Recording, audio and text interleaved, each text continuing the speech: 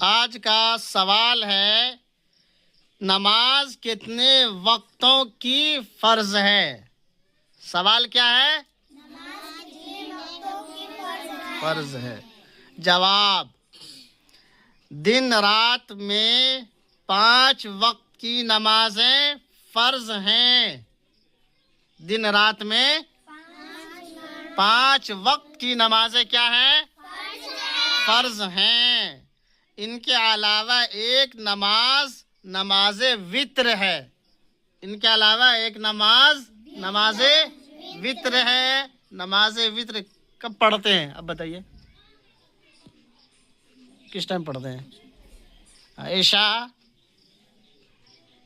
बोलिए आप। हाँ, ईशा की 2 रकात सुन्नत के बाद 3 रकात पढ़ते हैं ना।